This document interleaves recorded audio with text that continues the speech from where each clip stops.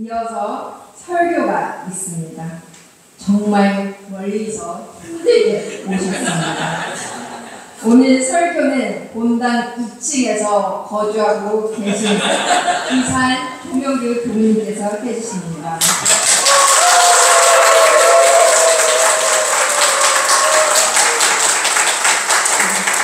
합당, 경례. 반갑습니다. 멀리서 왔어요. 안 올까 하다가 오늘 거룩한 법포를 받으신 공산 두충건님, 종산 이효종님, 그리고 희타원 정원희님께 진심으로 축하의 말씀을 올립니다. 큰 박수 한번 보내드릴까요?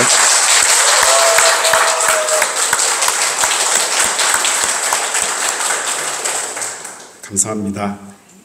우리 스승님들께서는 법포를 받는 날에 허공법계에서 꽃비를 내리신다 그래요. 꽃비가 보이시나요? 세 분의 법포인들의 모습을 보고 있자니 제 마음속에 참 감사하다, 그리고 참 잘하셨다, 그리고 참 존경스럽다라는 마음이 참 가득합니다. 저뿐 아니라 여기 계신 모든 교도님들, 또 가족들의 마음도 그럴 것 같아요.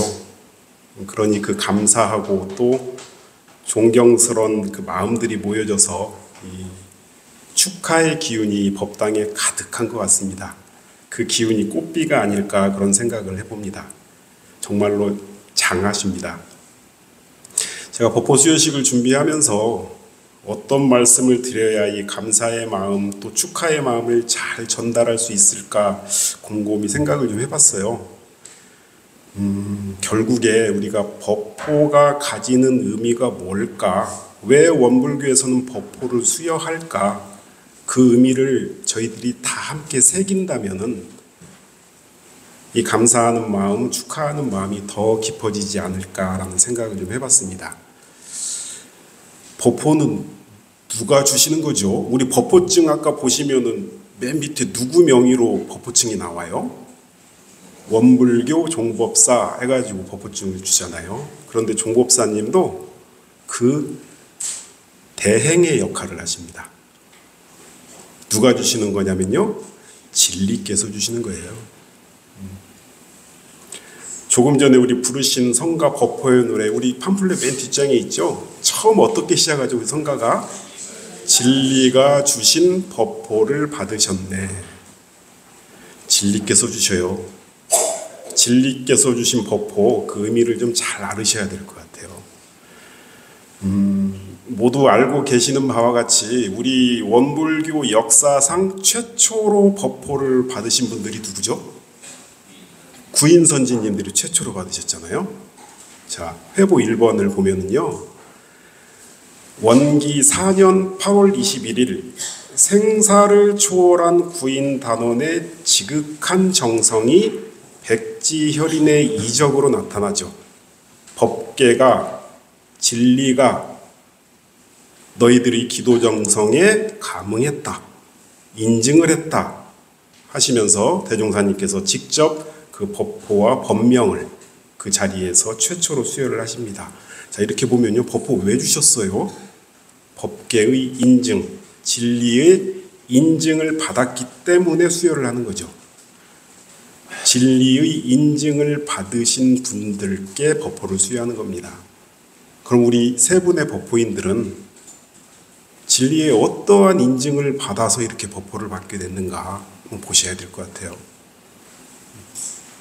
우리 교도님들 처음에 원불교에 입교를 하셔서 신앙수행을 쭉 해오시다 보면은 때로는 생활에 묻혀서 교당에 소홀하기도 하고, 때로는 나태함으로, 때로는 다른 유혹으로 교당에 소홀하기도 하죠.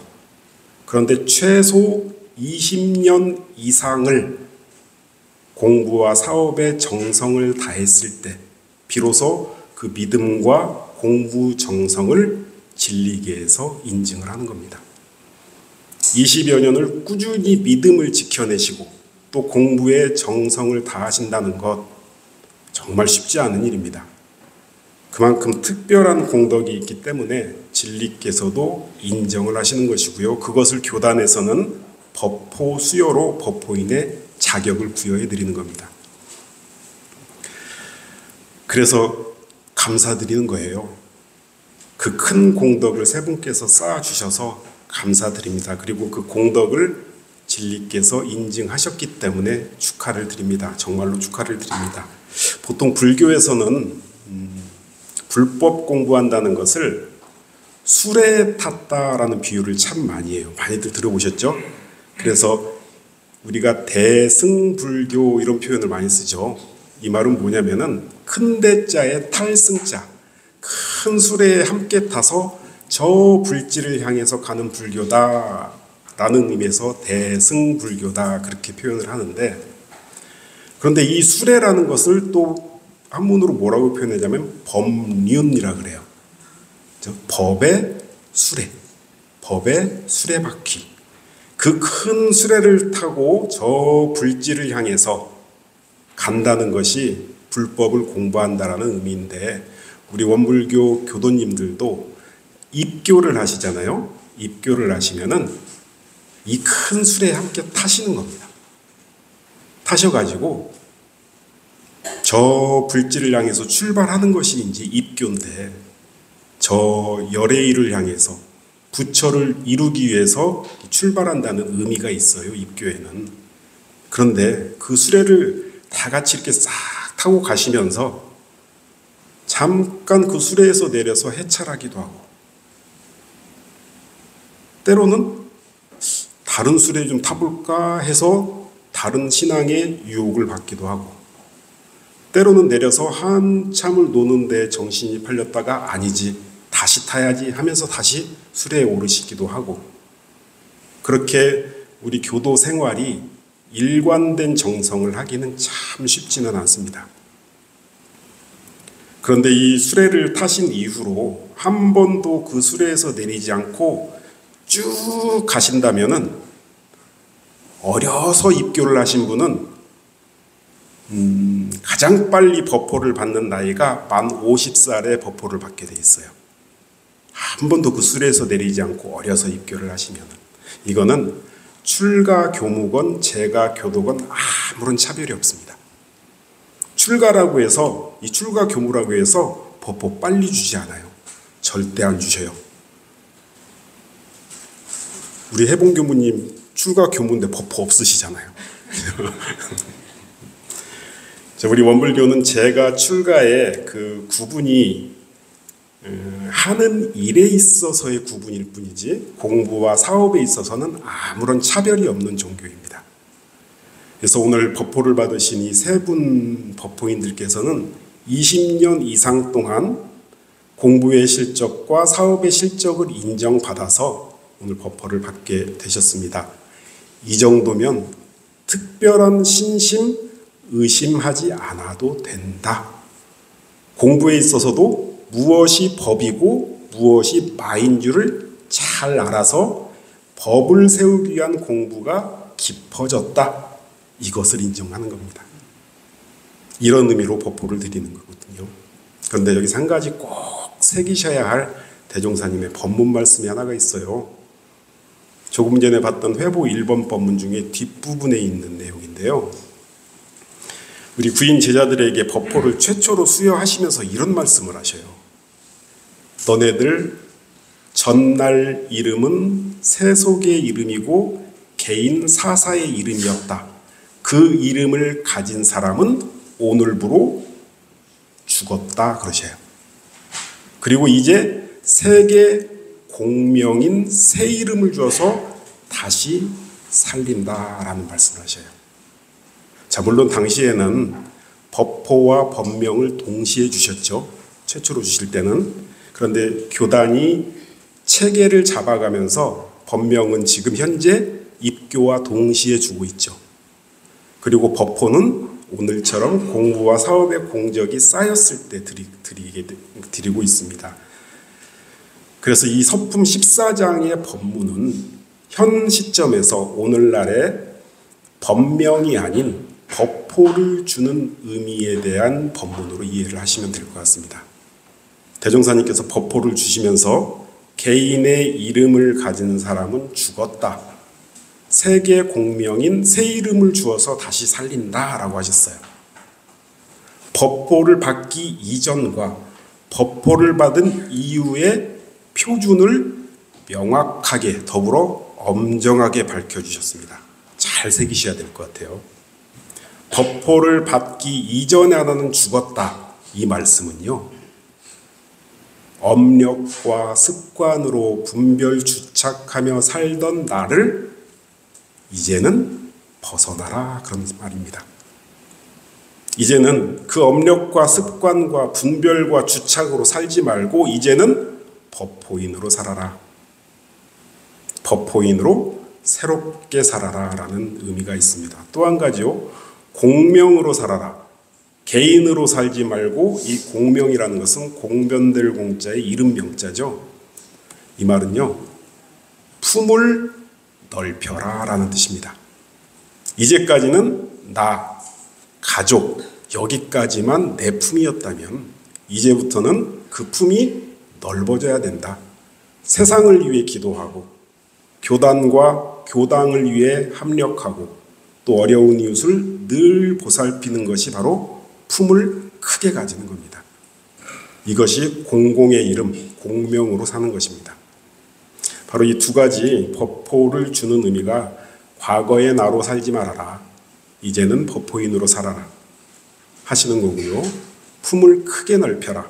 세상과 교단과 이웃을 다 품어야 한다. 이것이 공명, 공공의 이름으로 사는 것이다 라는 의미를 잘 새기시면 좋을 것 같습니다. 또 한 가지 오늘 법포 수여식을 축하드리면서 말씀드리고 싶은 것은 우리 법포인들에게 그 법포의 한문 글자가 가지는 의미가 무엇일까 좀 생각을 해봤어요. 그리고 그 법포에 맞는 대종사님과 스승님의 법문을 좀 소개해 드려야 되겠구나. 그래서 그 소개해드린 법문을 앞으로의 공부 표준 삼게 해드려야 되겠다라고 생각을 했습니다. 해보 2번부터 그 내용을 좀 실어놨거든요.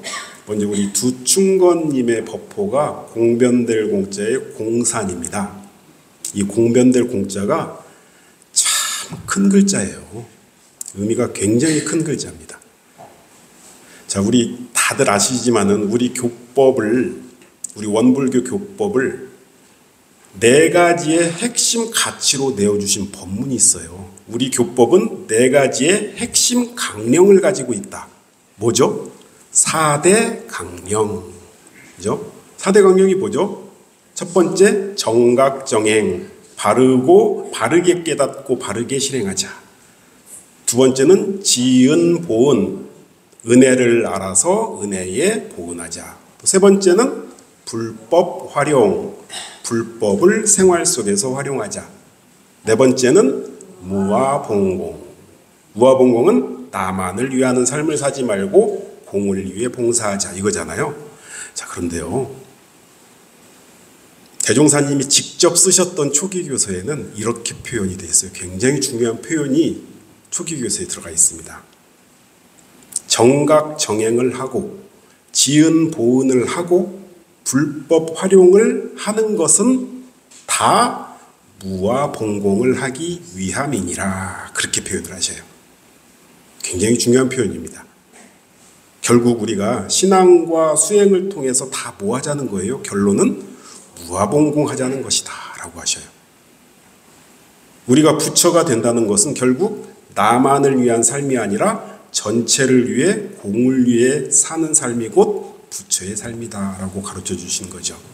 그래서 회보 2번 법문에 대종사님께서는 우리들에게 이렇게 당부를 하십니다. 공도의 주인 되어라. 공도의 주인 되어라. 우리 원불교 회상은 공심 많은 사람들이 주관하는 회상이다. 다들 공도의 주인이 되어야 한다라고 당부를 하십니다. 우리 공사님께서는 이 법문을 잘 새기시면 좋을 것 같아요. 지금도 교구 본공의 공익활동에 정말 열심히 하고 계신 걸로 잘 알고 있습니다. 그래서 공산이란 법보가 나온 것 같기도 하고요. 더욱 공심을 키우셔서 우리 교단품 36장을 표준 삼으셔서 우리 원불교 회상의 주인, 또 우리 도남교당의 공도의 주인이 되겠다라는 그런 서원을 가지셨으면 좋겠다라는 말씀을 드립니다. 다음 우리 이효종님 법포가 마루종자 종산이라는 법포를 받으셨어요. 아까 우리 김법원님 권사님께서도 말씀하신 바와 같이 법문을 늘 가까이 하고 계시는 모습을 저도 옆에서 참 많이 봐왔습니다. 진리에 대한 믿음이 참 깊으시고 공부에 대한 성의가 깊으셔서 그런지 이 마루종자하고 잘 연결이 되더라고요. 이 마루종자의 의미는 뭐냐면요, 으뜸, 중심, 근본이라는 뜻을 가지고 있어요. 가장 핵심적이고 중심에 있는 가르침, 가장 근본적인 가르침이라는 뜻이 이 마루종자에 담겨 있는 뜻입니다. 그래서 우리가 원불교 교법의 종지는 뭐예요? 라고 그런 저기가 우리 교헌에도 담겨 있습니다. 종지라는 마루종자에 가르칠 지자거든요. 우리가 가장 원불교에서 으뜸으로 가르치고 있는 것이 뭐냐? 일원상 진리다, 그렇게 표현을 하고 있거든요. 또 우리가 흔히 종교가라고 하잖아요. 기독교, 천주교, 원불교를 다 종교라 그러잖아요. 거기에서 종자가 이 마루종자예요. 그 의미는 뭐냐면은 세상의 모든 가르침 중에 가장 으뜸이 되고 가장 근본적인 가르침이 바로 종교다라고 해가지고 마루종자에 가르칠 교자를 쓰는 겁니다. 그래서 회보 3본 법문에서 대종사님께서 이런 법문을 해주셔요. 근본을 알아서 근본에 힘써야 된다. 사람에게도 으뜸되고 중심되는 근본이 있다. 바로 마음이다, 그러셔요. 또 세상에는 으뜸되고 근본되는 것이 바로 도학이다라고 표현을 하셔요.